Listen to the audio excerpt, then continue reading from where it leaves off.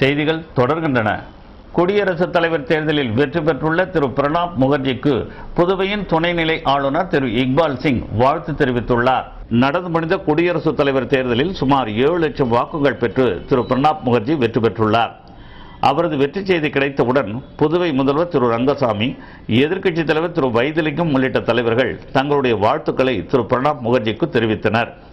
இந்நிலையில் புதுவையின் துணைநிலை ஆளுநர் திரு இக்பால் சிங் தமது வாழ்த்தை கடிதம் மூலம் திரு பிரணாப் முகர்ஜிக்கு அனுப்பியுள்ளார் என ஆளுநரின் தனிச் செயலர் ஸ்ரீனிவாசன் தெரிவித்துள்ளார். புதுவையில் குடியரசுத் தலைவர் வாக்குப்பதிவின் போது காணாமல் போன 2 வாக்குகள் பற்றி விசாரணை நடத்த வேண்டும் என சபாநாயகருக்கு வேண்டுகோள் விடுக்கப்பட்டுள்ளது. நடந்து முடிந்த குடியரசுத் தலைவர் தேர்தலில் நாடு முழுவதிலும் உள்ள நாடாளுமன்ற உறுப்பினர்கள், சட்டமன்ற உறுப்பினர்கள் ஆகிய அனைவரும் வாக்களித்தனர். ஒரு சில சட்டமன்ற உறுப்பினர்கள் மட்டும் வாக்களிக்கவில்லை.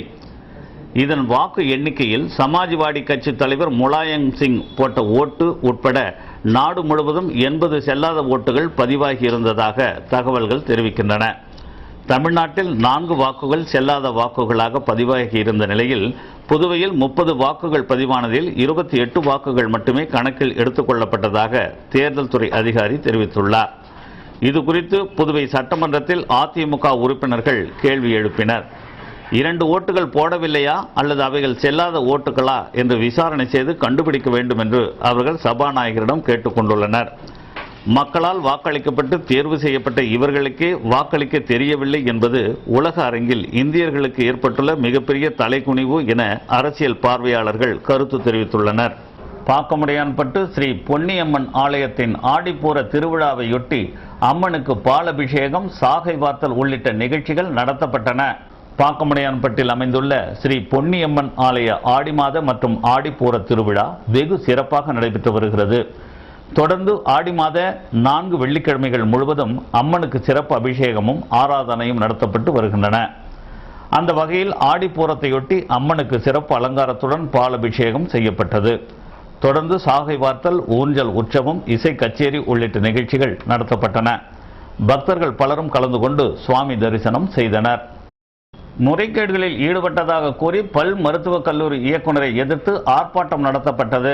புதுச்சேரி அரசு ஊழியர் சங்கங்களின் சம்மேளனம் சார்பில் கோரிமேடு பல் மருத்துவக் கல்லூரி வாயிலில் நேற்று ஆர்ப்பாட்டம் நடத்தப்பட்டது. புதுச்சேரி அரசு ஊழியர் சங்கங்களின் சம்மேளன தலைவர் ஆனந்தராஜன் தலைமை தாங்கினார். பாலமோகனன் முன்னிலை வகித்தார். இளங்கோ, கீதா, ஜெயராமன், முருகவேல், கிறிஸ்டோபர் ஆகியோர் கண்டன உரையாற்றினர். புதுவை மருத்துவக் கல்லூரியில் பல்வேறு முறைகேடுகளில் ஈடுபட்டுள்ள இயக்குனர் ஷியாம் சிங் ஓய்வு வயதை நீடிக்கப்பட்டுள்ளதை ரத்து செய்ய வேண்டும். 2005 முதல் 2007 ஆண்டுகள் வரை புதுச்சேரி மாணவர்களுக்கு ஒதுக்கப்பட்ட MDS இடங்களை வட இந்தியாவைச் சேர்ந்தவர்களுக்கு படித்த 4.5 ஆண்டு காலத்தை 5 ஆண்டுகள் தொடர்ச்சியாக படித்ததாக பொய்ச்சான்று வழங்கியுள்ளார். இதற்கு தாசில்தாரிடமும் பொய்ச்சான்று பெற்று புதுச்சேரி மாணவர்களின் 3 சீட்டுகளை அபகரித்துள்ளனர். இதுபோன்ற பல்வேறு முறைகேடுகளை செய்த இயக்குநருக்கு பணி ஓய்வு முடிந்த பின்னர் பணிக்காலத்தை நீடிக்கக்கூடாது, முறைகேடுகள் குறித்து விசாரணை நடத்தி உரிய நடவடிக்கை எடுக்க வேண்டும் என வலியுறுத்தி ஆர்ப்பாட்டம் நடத்தினர். வாழைகுளம் செங்கழுநீர் அம்மன் ஆலயத்தின் 84ஆம் ஆண்டு செடல் உற்சவ திருவிழா கொடியேற்றத்துடன் துவங்கியது. வாழைகுளத்தில் அமைந்துள்ள ஸ்ரீ செங்கழுநீர் அம்மன் ஆலயத்தின் 84ஆம் ஆண்டு செடல் உற்சவம் கொடியேற்றத்துடன் தொடங்கியது. இதனையொட்டி சுவாமிக்கு சிறப்பு அலங்காரம் செய்யப்பட்டு மகா தீபாராதனை நடத்தப்பட்டது. முன்னதாக கணபதி ஹோமம், மகாலட்சுமி பூஜை உள்ளிட்ட யாகங்கள் நடத்தப்பட்டன.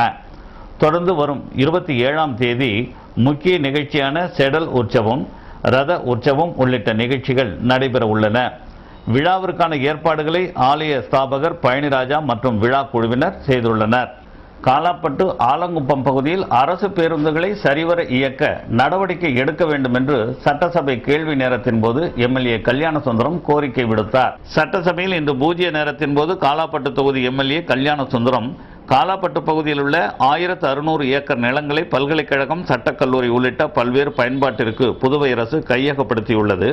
ஆனால் நிலம் கொடுத்தவர்கள் 20 பேருக்கு மட்டுமே வேலை வழங்கியுள்ளது என்றார். இதேபோல் சுனாமி குடியிருப்பு கட்ட நிலம் கொடுத்தவர்களுக்கும் வேலைவாய்ப்பில் முன்னுரிமை வழங்க வேண்டும் என்றார். மேலும் காலாப்பட்டு ஆலங்குப்பம் பகுதியில் அரசு பேருந்துகள் சரிவர இயக்கப்படவில்லை. இதனால் மாணவர்கள் மற்றும் வேலைக்கு செல்வோர் மிகுந்த அவதிக்குள்ளாகின்றனர். இதற்கு முதல்வர் தகுந்த நடவடிக்கை எடுக்க வேண்டும் என்றும் அப்போது அவர் கோரிக்கை விடுத்தார்.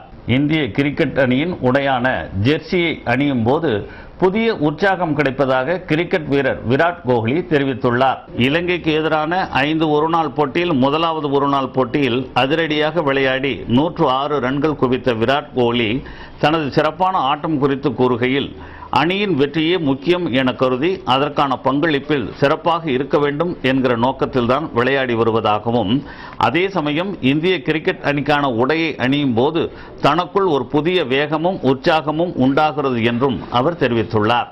பெட்ரோலின் விலை லிட்டருக்கு 70 காசுகள் உயர்த்தப்பட்டுள்ளது. மீண்டும் வேதாளம் முருங்கை மரத்தில் ஏறிய கதை போல பெட்ரோல் விலை லிட்டருக்கு 70 காசுகள் உயர்த்தப்பட்டுள்ளது. இந்த விலை உயர்வு திங்கட்கிழமை நள்ளிரவு முதல் அமலுக்கு வந்தது. அமெரிக்க டாலருக்கான இந்திய ரூபாய் மதிப்பில் சரிவு ஏற்பட்டுள்ளதாலும் சர்வதேச சந்தையில் கச்சா எண்ணெயின் விலை உயர்ந்துள்ளதாலும் பெட்ரோல் விலை உயர்த்தப்பட்டுள்ளதாக எண்ணெய் நிறுவனங்கள் தெரிவித்துள்ளன.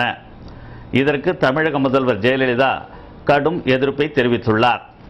புதுவையில் இன்று கடைகள் அடைக்கப்பட்டதால் அந்நிய செலாவணி மற்றும் தங்கம் வெள்ளி விலை நிலவரத்தில் நேற்றைய நிலையே நீடித்தன.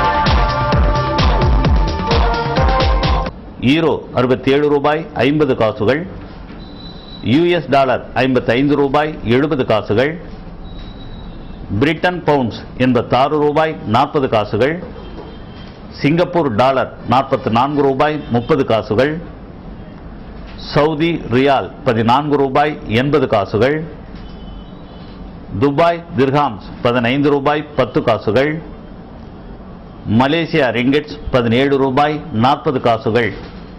சிவவள்ளி விலாஸ் ஜுவல்லர்ஸின் ஆடி செயின் மேளா 916 நகைகளுக்கு 9.16% சேதாரம் மட்டுமே. இந்த ஆடிப்பெருக்கில் இல்லந்தோறும் தங்கம் பெருகட்டும்.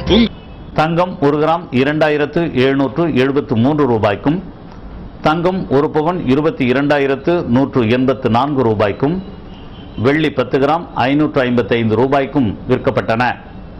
நகைகளுக்கு 9.16% சேதாரம் மட்டுமே. சிவவள்ளி விலாஸ் ஜுவல்லர்ஸ், புதுச்சேரி. பாரம்பரியமே பாதுகாப்பானது. மீண்டும் முக்கிய செய்திகள். புதுவையில் வணிகர் சங்கங்கள் நடத்திய கடை அடைப்பு. புதுவை நகரம் வெறிச்சோடியது. ஆட்டோ டிரைவர் கொலை வழக்கில் 8 பேர் கைது. ஏராளமான ஆயுதங்கள் பறிமுதல் செய்யப்பட்டன. பழங்குடியினர் நடத்திய பேரணி. பழங்குடியின மக்கள் மீது தடியடி நடத்திய போலீசார் மீது நடவடிக்கை எடுக்க வலியுறுத்தல். நீண்ட இழுபறிக்கு பின்பு போலீஸ் தேர்வு முடிவுகள் அறிவிப்பு. அதிகாலையில் முடிவுகள் வெளியிடப்பட்டது. இத்துடன் ராகவா செய்திகள் நிறைவடைந்தன. வணக்கம்.